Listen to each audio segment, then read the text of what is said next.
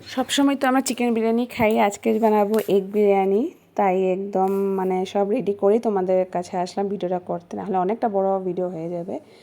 যাই হোক, দেখো ওদিকে চালটা সব সেদ্ধ করা হয়ে গেছে, ডিমও হয়ে গেছে ভাজা করা। এখন শুধু ডিমের কারিটা বানাবো, তো তাই পেঁয়াজের মধ্যে আদা রসুন পেস্ট দিয়ে দিলাম, টমেটো দিয়ে, জিরে গুঁড়ো, ধনিয়া গুঁড়ো, তারপরে নুন আর হলুদ গুঁড়ো দিয়ে, তারপর লাস্টে একটু গরম মশলা দিয়ে দেখো আমার কিন্তু কারি বানানো হয়ে গেছে।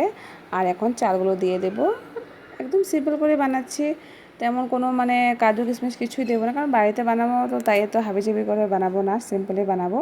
তবে চিনি দিয়ে দিলাম, এখন দিয়ে দিলাম বিরিয়ানি মশলা, এখন দিয়ে দিলাম কেওড়া জল, তারপর দিয়ে দিলাম ডিম আর একটু ঘি ছিটিয়ে দিলাম আর একটু বেরেস্তা দিয়ে দিলাম।